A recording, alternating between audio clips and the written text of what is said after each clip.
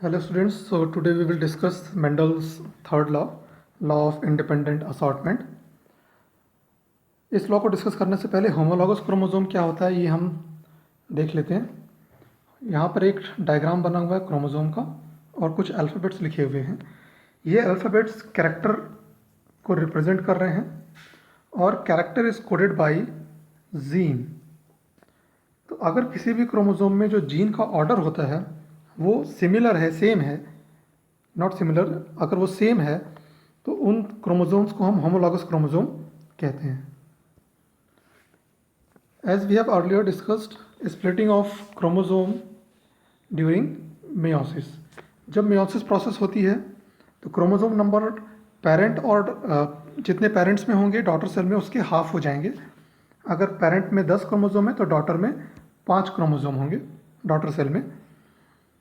This splitting indicates that homologous chromosome get splitted during gamete formation. नीचे एक diagram दिया हुआ है, इस डायग्राम के थ्रू हम समझते हैं कि कैसे स्प्लिटिंग होती है और डॉटर सेल में किस तरह से क्रोमोसोम का सेपरेशन होता है। तो यहाँ पर 2 क्रोमोसोम हैं, एक को रेड और ग्रीन से इंडिकेट किया है। सपोज रेड के पास कैपिटल आर और स्मॉल आर एलील्स हैं एक जीन के लिए, और ग्रीन के पास कैपिटल वाई स्मॉल वाई दूसरे कैरेक्टर के लिए जीन है। तो क्या जब सेपरेशन होगा तो डॉटर सेल में कैपिटल आर स्मॉल आर एक साथ जाएंगे, कैपिटल वाई स्मॉल वाई एक साथ जाएंगे, या फिर जो एलील्स हैं वो एक दूसरे पर को इन्फ्लुएंस किए बिना असॉर्ट हो जाएंगे, असेंबल हो जाएंगे डॉटर सेल में। So according to the Mendel's third law ये जो कॉम्बिनेशन है ये गलत है। जब भी क्रोमोसोम सेपरेट होंगे अलग अलग जीन्स के लिए तो वो इंडिपेंडेंटली असॉर्ट होंगे डॉटर सेल्स में। तो कैपिटल आर और स्मॉल आर ये दोनों अलग हो जाएंगे। इसी तरह से कैपिटल वाई स्मॉल वाई अलग हो जाएगा। नाउ जब असॉर्टमेंट का टाइम आएगा तो कैपिटल आर, कैपिटल वाई और स्मॉल वाई किसी के साथ भी असेंबल हो सकता है। तो capital R small capital Y, capital R small Y, ये कॉम्बिनेशन बन सकता है। Similarly small R, capital Y और स्मॉल वाई किसी के साथ भी असेंबल होकर गैमीट फॉर्मेशन कर सकता है। सो यहाँ पर ये जो कॉम्बिनेशन है ये पॉसिबल नहीं है। इस हेट्रोजाइगस कंडीशन के लिए इन 4 तरह के गैमीट फॉर्मेशन हो सकते हैं। Now let's understand the Mendel dihybrid cross through which Mendel has explained the law of independent assortment. So यहाँ पर 2 कैरेक्टर को एक साथ लिया गया है पेरेंट्स में, that's why it is called as dihybrid cross. Round yellow parent पहला और दूसरा पेरेंट रिंकल्ड और ग्रीन। जब इनको क्रॉस किया गया तो F1 जनरेशन में सारे प्लांट राउंड और येलो मिले।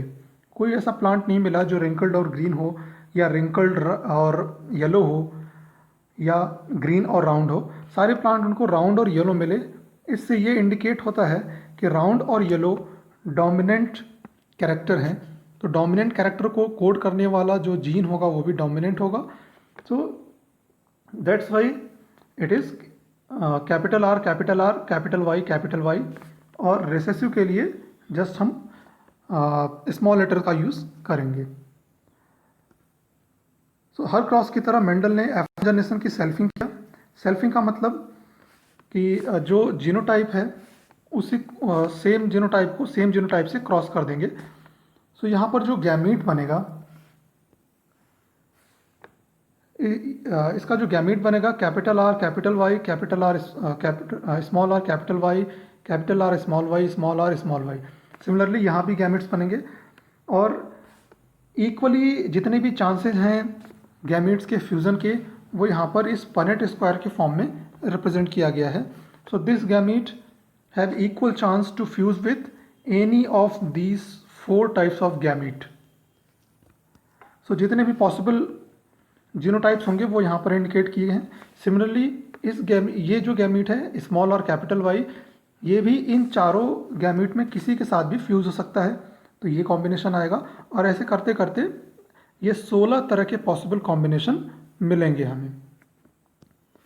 फिनोटाइपिक रेशियो की बात करते हैं इसमें. तो फिनोटाइपिक रेशियो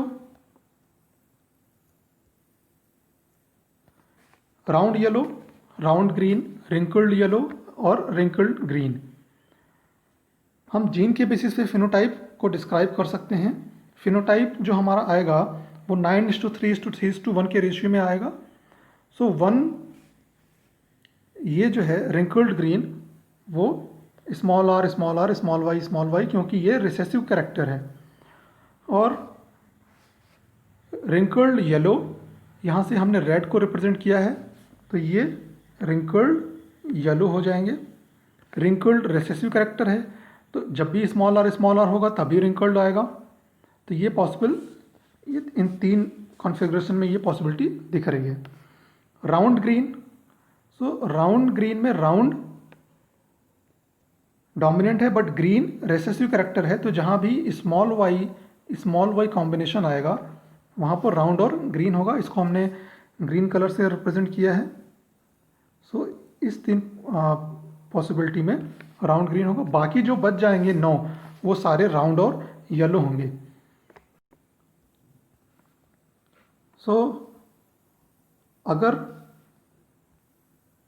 हेट्रोजाइगस पेरेंट है उसको हम क्रॉस कर रहे हैं, तो जब भी हम क्रॉस करेंगे तो हम बिना क्रॉस किए भी उसका रेशियो बता सकते हैं, उसका फिनोटाइपिक रेशियो को डिटरमाइन कर सकते हैं.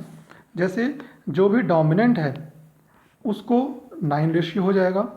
एक डोमिनेंट को दूसरे रिसेसिव के साथ अटैच कर देंगे तो वो दूसरा फिनोटाइप हो जाएगा. दूसरा डोमिनेंट को दूसरे रिसेसिव के साथ अटैच कर देंगे तो वो तीसरा फिनोटाइप हो जाएगा. और केवल रिसेसिव कॉम्बिनेशन को एक साथ लिखेंगे तो वो चौथा फिनोटाइप हो जाएगा और हमारा ये रेशियो आ जाएगा. तो हमें हर बार ये क्रॉस करने की ज़रूरत नहीं है, हम सिंपली इस प्रोसीजर के थ्रू भी फिनोटाइप को डिटरमाइन कर सकते हैं. Now try this cross by yourself. यहाँ पर टॉल और रेड जो होमोजाइगस डोमिनेंट हैं, डॉर्फ और वाइट जो हेट्रोजाइगस रिसेसिव हैं, होमोजाइगस रिसेसिव हैं, इनको क्रॉस करना है और F2 जनरेशन तक क्रॉस करना है और इनका फिनोटाइप रेशियो डिटरमाइन करना है. So that's all for now. So tomorrow we will discuss more about the principle of inheritance.